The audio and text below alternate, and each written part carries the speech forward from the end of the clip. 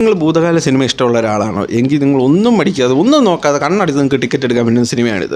അതിൻ്റെ സെയിം ഡയറക്ടറാണ്. ആ സിനിമയായിട്ട് ഒരുപാട് റിസംബ്ലൻസ് ഉള്ള സിനിമയാണ് ഇത്. സിനിമയിലെ പോലെ തന്നെ ഇത് ഹൊറർ എലമെൻറ്റ്സ് ഇത് പ്രസൻറ്റ് ചെയ്യുന്ന രീതിയാണ് ഈ സിനിമയും എന്താ പറയുന്ന ഒരു വേറെ ലെവലിലേക്ക് എക്സ്പീരിയൻസ് നമുക്ക് തരുന്നത്. ഈ സിനിമ കണ്ടിട്ട് വീട്ടിൽ ചെന്ന് എനിക്ക് തന്നെ ഒരു സംശയം ഉണ്ടായിരുന്നു, എൻ്റെ റൂമിൽ ആരെങ്കിലും ഉണ്ടോ, എൻ്റെ ബെഡിൽ ആരെങ്കിലും വന്ന് ഇരിക്കുന്നുണ്ടോ.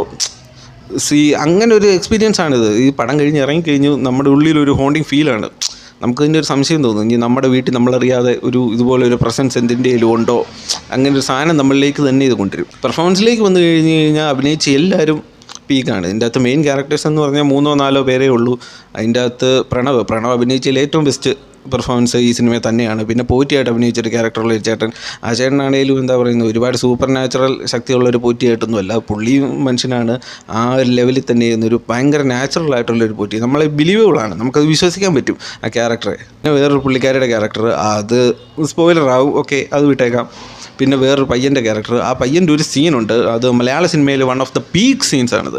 അത് തിയേറ്ററിൽ ഇരുന്ന് കാണുമ്പോഴത്തേന് എന്താ പറയുന്നത് ഇതിൻ്റെ അകത്തെ ഹൊററിനേക്കാൾ കൂടുതൽ എന്നെ പേടിപ്പിച്ചൊരു സീന് അതാണ്. പിന്നെ വൺ ഓഫ് ദ ഹൊറർ സിനിമകളിലെ എന്താ പറയുന്നത് ഇദ്ദേഹം ചെയ്ത ഹൊറർ സിനിമകളിലെ തന്നെ one of the peak interval scenes ഇതാണ്.